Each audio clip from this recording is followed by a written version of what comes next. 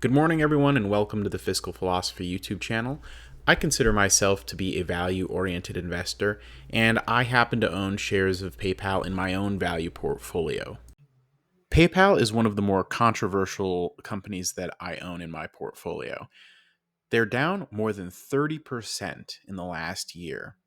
And the narrative out there about PayPal has been incredibly negative in the recent past. People are just saying this is a dead business, it's a dying brand, nobody uses PayPal anymore, etc., etc. However, when you compare the reality of the business to the narrative surrounding it, there seems to be a disconnect. For example, does this look like the revenue growth of a dead or dying business? On their third quarter earnings, which they just released yesterday, they reported transaction growth, payment volume growth, revenue growth, non-GAAP operating income growth, non-GAAP EPS growth, and $1.1 billion of free cash flow. 1.9 billion when adjusted for a one-time negative impact from the buy now pay later loans marked as held for sale. Once again, I really fail to see how anything about the numbers that PayPal is putting up indicate a dead or a dying business. PayPal also boasts a tremendous scale and reach. In the trailing 12 months, they've done $1.5 trillion in total payment volume. They have 430 million active consumer and merchant accounts. They operate in over 200 global markets, and you can conduct transfers in 150 currencies. None of this, of course, is to say that there's nothing that PayPal could improve upon. One area that was highlighted by the new CEO was, of course, the margins. Margins have declined somewhat over the last few years. Part of this is due to growth in some of their lower margin business segments. Um, Also, the topic of perhaps poorly integrated acquisitions was something they could address and work on. And of course, they're also talking about making some other cuts. One possible area to cut in order to offset the reduced margins is, of course, by reducing operating expenses. While PayPal has already done this, as you can see, non transaction operating expenses declined 12%. It seemed like the new CEO was indicating there may be room for additional cuts. And this could mean layoffs looming, which is bad news for some employees of PayPal, but probably good news for shareholders. I would also really like to applaud PayPal on their capital allocation strategy. Since the sharp decline in their share price, they've really stepped on the gas when it comes to share repurchases. They're sitting here saying, look, we have a business that's growing, that's strong, that produces a lot of cash flow, and that's frankly very cheap right now.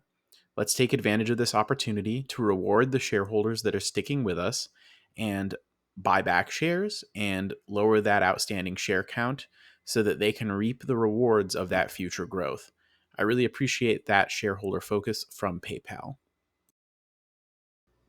PayPal's also showing us solid guidance for Q4, revenue growth in the 7 or 8% range, EPS growth in the 10% range, and while that's great, they did indicate that Q4 would probably be a low point for margins with some improvement to come in 2024.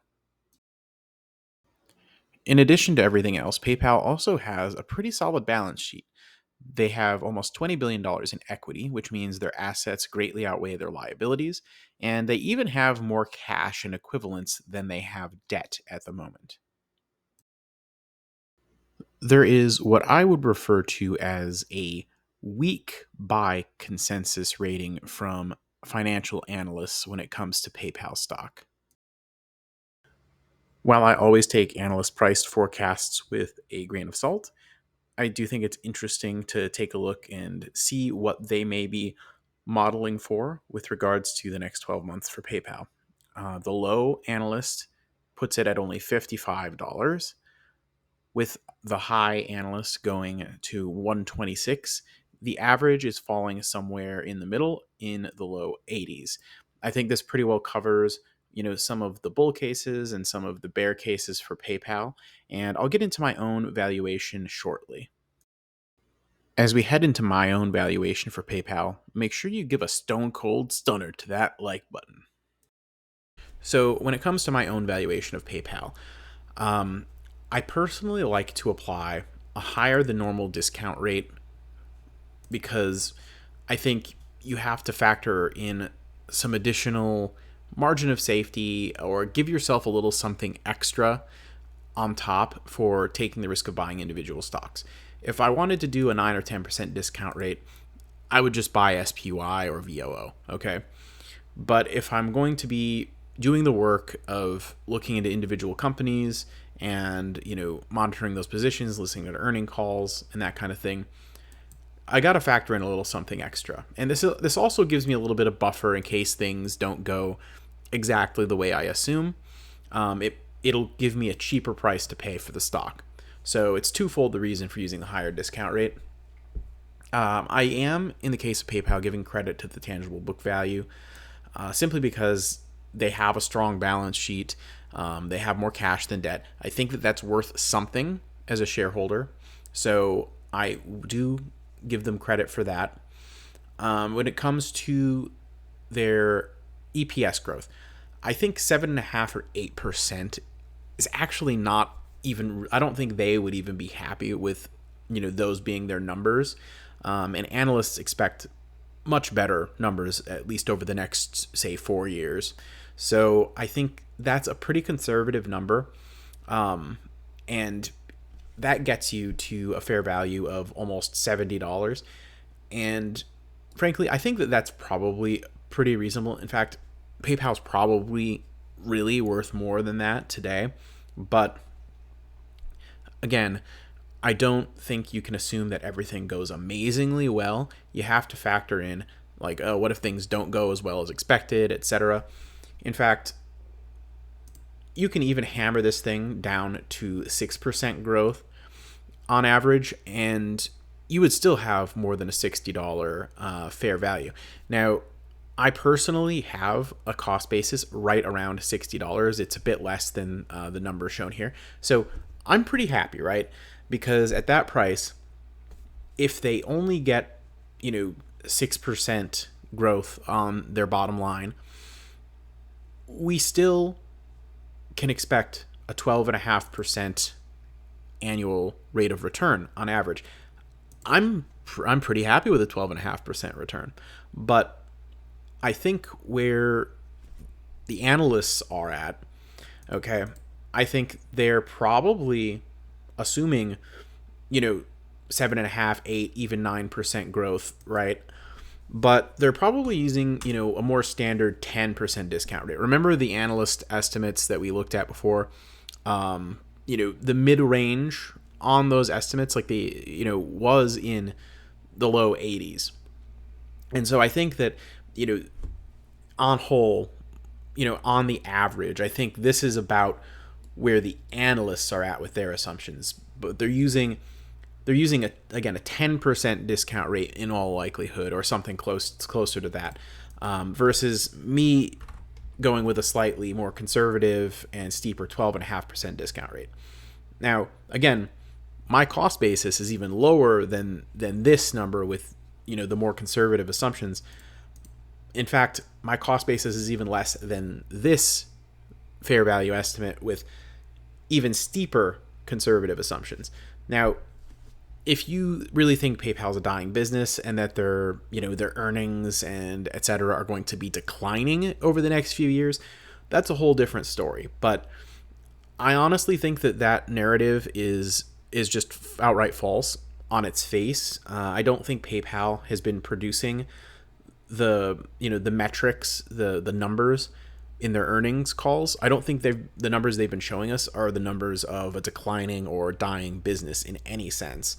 So that's where I'm at with my valuation of PayPal, and that's how I arrived at a level of comfort with a cost basis in the high 50s to low 60s.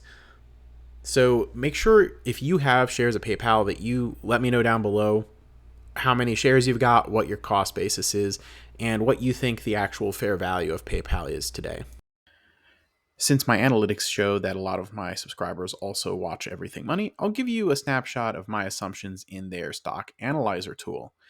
I think that a lot of these assumptions were pretty conservative on the low and mid side. The high side, pretty optimistic, but not unrealistic.